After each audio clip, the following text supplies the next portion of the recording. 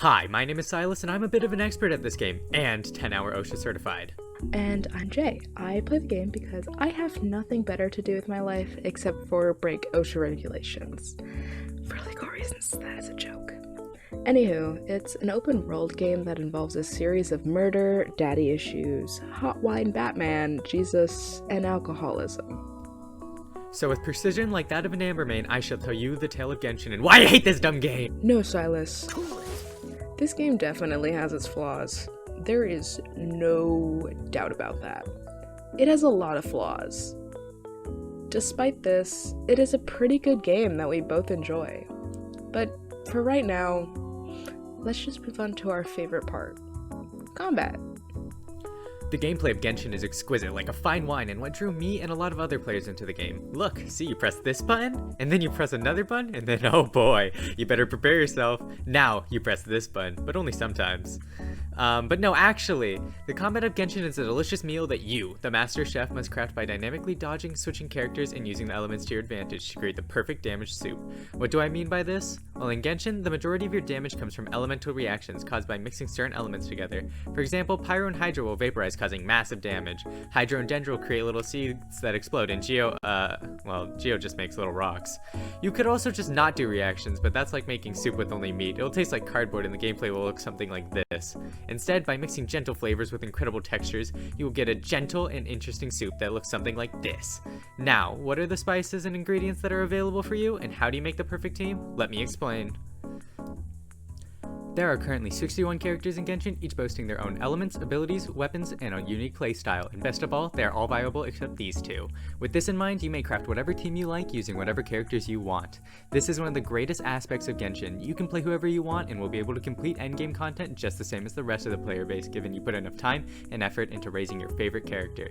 So how do you craft the greatest team and bring your favorite character's potential to the max? Well, the most important thing when creating teams are each and every character's roles and elements. Most teams are comprised of a main DPS who is like the meat, and 3 supports being the spices and broth. By crafting the perfect rotation of characters, you can maximize your main DPS's damage, keep your characters alive, and ruin the enemy's days. For example, this team is comprised of Hu Tao, the main DPS, Zhongli, whose job is to keep the team alive, and finally, Xingqiu and Yelan, who make the enemies wet, so Hu Tao can vaporize her attacks, nearly doubling her damage. First, I add the Zhongli broth, stabilizing my character's health and flavor.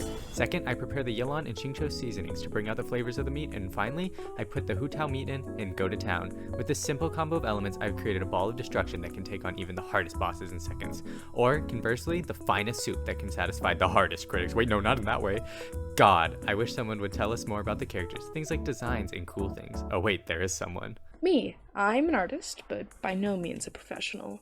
However, I do know that having uniqueness and variety in your character's features is very important in game design. Let's look at some popular games that are developed in China and other East Asian countries. Animal Crossing, Splatoon, Dislight, Pokemon. All of these games have representation of different kinds regarding body types, hairstyles, and skin tones / complexion. Diversity aside, using hairstyles and different body types in general just make the game a lot more fun. If they can do bounce physics with dresses, ponytails, and it should not be difficult for more women in pants, curlier hair, and darker skin tones. Not every single character you have should fit beauty standards. If you look at this chart of skin tones from the game, you can see that the skin tones hardly vary, with the darkest tones really only being a shade or two darker than usual. Lots of fans of the game have made edits and drawings of the characters using headcanons and features that are commonly found in that region, such as monolids, which are a common trait found in people of Asian descent. Darker skin tones to playable characters who are given darker complexions to begin with, such as Dea, Sino, Xinyan, and Kaya. The regions of Liyue and Inazuma are based on the real-life countries of China and Japan, and Sumeru, which is based on Southeast Asia and the Middle East. Personally, I find it dumb that the game does so much research into the food, architecture, and other aspects of things, but doesn't reflect it into the characters. The character designs are still fun, and look into their name. Let's take Klee, for example. Her name means clover in German, which is absolutely adorable, may I add. But it's a sense of irony, since her whole gimmick is that she blows up all the time. but she has clover imagery on her outfit. Her dress ruffles and pattern reflect clover patterns in leaves. Same with her hat. Now, speaking of said characters, how do you raise them? Silas? As I said earlier, any and every character in this game is viable. No, really. Some of the strongest characters are 4 stars, and even the stinkiest of boys can become capable of killing gods. But to do this, you must give them the proper equipment and raise them like your own. But how do you raise them? There are many ways to strengthen your character, so I will have to go fast. Really fast. In fact, the big boss bird above told me I only have 1 minute. To raise your character's base stats and unlock new talents, you must level them. Oh wait, I can't level them anymore. To fix this, you must ascend them using flowers, boss materials, and blood sacrifices. Talents? What are talents? Talents are multipliers that are connected to your attacks and give you passive bonuses. By raising them, your attacks become stronger. How do you raise them? Oh well, you give your characters books and more blood collected from your enemies. Oh god, how do you collect blood from your enemies? Well, use weapons. Every weapon has a rarity, a base attack, some special stat, and a passive. You can make your weapon stronger by getting weird materials from these weird domains and also more blood. What in the world are domains? Well, domains are places where you can get everything you need to become stronger, such as artifacts, which are vital to your character's strength. What are artifacts? Artifacts are little things you equip your characters with that grant bonuses to stats and also strange effects via sets. Is that all? Did I do it in time? You gotta explain how you get all these things, man. But I did. You forgot resin. Oh yeah, well there's a simple and effective system that gives you all the things you want when you want them, and it's this thing. To the untrained eye of a normal gamer, this may look like just some number, but to a veteran gacha gamer, this number is not some simple number, but an evil god that gives but also takes. To explain that, this is called resin. It refills over time and you use it for everything. Whether you're getting equipment, defeating bosses, or just trying to make an honest living, it'll cost you resin. For reference, you get 160 a day and use 40 for boss loot, so better pay up. But if you dedicate yourself and use all your resin every day, you can become a Genshin master with the finest builds. But for the casual gamer, this is not possible. This is where my advice comes in. Instead of grinding like crazy every day and trying to become as strong as possible, just play the game. Have fun. You don't need to have insane builds to beat the game. Just look at Jay. Their builds are questionable at best, yet they are having a grand old time and are even further in the story than I am. Speaking of story, what is the story? Because I sure don't know. Jay, come tell them the story. Okay. The story. I totally read all the dialogue. Yep. I definitely read the story. Probably. Maybe. Yeah, I did not read the story. Anyway, for the stuff I did read or couldn't do a click through, I watched an hour-long video essay about. The story is incredibly interesting, and if you pay attention during commissions, there is overlap in character interactions and other things like that. The general story of the game is that our MC is going through the different nations trying to find their sibling who has fallen to the groups of the Abyss Order, which is one of 2 main evil groups the main characters face, along with the Fatui and their evil goons. The MC is amazing. I love them. Both of them, Lumion and Aether. We receive slight bits of help from characters such as Dainsleif, Amber, Ningguang, and Paimon. Amber and Ningguang could not help as much as the fanbase expects them to, but realistically, they are normal human beings. They just happen to have a vision. The plot would take me about an hour to go over fully, but just in general, the involvement of the playable characters I find really cool. Not all of them are there, such as Jinyon. Actually, I think she's the only one. Anywho, good story. If you want to know everything, there is definitely a series or 2 out there on YouTube.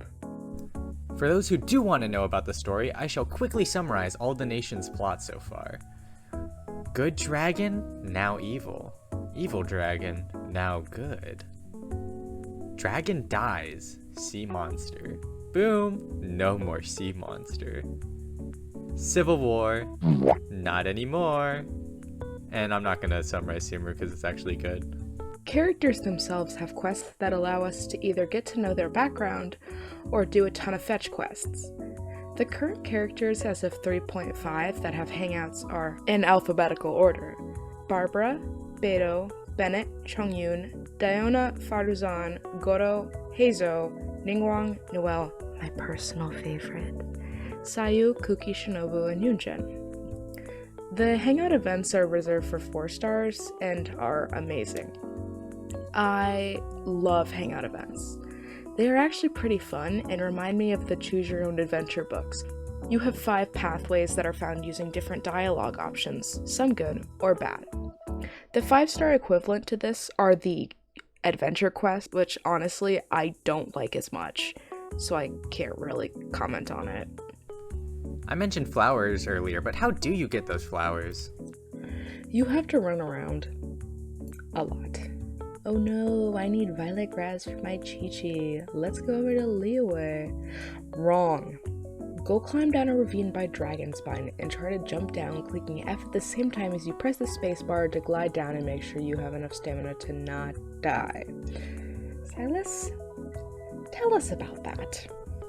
Collecting those flowers does sound bad, but in actuality it's one of the best parts in this godforsaken game. The combat grows repetitive over time, but exploration is one of the few parts that never gets old. One of the greatest experiences in this game is going around a new area with some chill beats going on in the background. Not only is exploring fun, it is profitable. No matter which direction you go in, there will always be something to find, puzzles to do, or a quest you never knew about. I rate the exploration pretty high on like a certain thing that starts with an E and ends with events. Personally, I absolutely less than 3 the events. They are so much fun 90% of the time. The other 10% I either just forgot to do or was so bored out of my mind I totally forgot to do it. But quests that give us lore are amazing. Just annoying for new players. There isn't a way for them to learn that stuff about the characters through the game. To expand on this, about 80% of the quests are boring or just minigames that get old quickly, but the other 20% that have to do with the story go absolutely hard. It is one of the biggest shames that new players will never be able to experience sick moments like this, or quests that add so much to the story/character lore because they are just that, temporary events. Now, why do I not like the boring ones if I don't have to do them? Well, I kinda do have to do them because they're one of the only ways to get the sweet premium currency so I can roll on the oh so sweet gacha. Speaking of gacha, I, as an expert gacha gamer, have played more gacha games than the fingers I have on my hands and feet, if you don't count the thumbs. With this knowledge and experience, I can tell you with decisive and incredible accuracy how the gacha system is in Genshin. It's okay, I guess. Some gacha systems are nicer, and some are just straight up evil, but if I had to say anything about Genshin's, all I'd say it's fair. I have luck for some reason, so the gacha's kind of a weird thing for both of us, since we're free to play. Yeah, the gacha system for people who don't really care which characters they do and don't have is not horrible, but for those players who like to complete their character roster like a Pokédex, they have to go through hell and back, or spend over $200 to get a 50% chance of a character they want. I did do that math, unfortunately. The gacha system in Genshin is pretty confusing at first. It has a system called Pity, which is a very fitting name, and when you reach a certain number of pulls, 70 through 90, you can get a 5-star character. However, here's the thing. You don't have a guaranteed chance to get the character you want. You have a 50% chance to get the character you are pulling for, so people tend to look on the bright side, since if you lose a 50-50, you are guaranteed the limited character the next time you reach Pity. Pity is measured in the amount of pulls you do, meaning 90 pulls for 90 Pity. And that can be done in 10 pulls or single pulls. The perks about 10 pulls, although they are more expensive, 10 pulls guarantee you a 4-star every single time. The system works the same way for the weapon banner, but there is a twist. Additionally to Pity, there is something called the epitomized path, which means that no matter how many times you lose your 50-50, you will eventually get the weapon of your choice. However, it's kind of, it feels like a scam, which is why people always say don't pull on the weapon banner unless you really, really want that weapon. You have to get 2 5-stars, and if you lose your 50-50 and either get an always weapon or the other limited time weapon on the banner, you earn a path point. When you reach 2 path points, the next time you reach Pity, you are guaranteed to get the weapon that you selected. I think that's basically it. Silas, start us off with the soundtrack. The soundtrack in Genshin is absolutely stunning. Sometimes it's nice and calm like this, and other times it's, whoa, I feel alive! The beautiful and light orchestral piece is played while traveling through the land based off of Germany, Mondstadt, while on the other hand, you have fast-paced electronic music while fighting the god of electricity. Every piece fits the situation to a T, and the soundtrack, like many other gacha games, hits. The soundtrack is gorgeous. It scratches my brain every time I hear it, which is why I listen to it when I study, and not when I am actually playing the game. The soundtrack changes as you move around the world and what scenarios you're in. Speaking of said scenarios, let me tell you about them. The artwork, the lovely soundtrack, and architectural references are pretty accurate, at least according to my father, who read that on his alumni college forum. Sumeru's Grand Bazaar is based on the real thing, which originated in Persia and is common in places such as the Middle East, the Balkans, North Africa, and India. There are outdoor areas with shops and stalls in them. Think kinda like a mall in a way.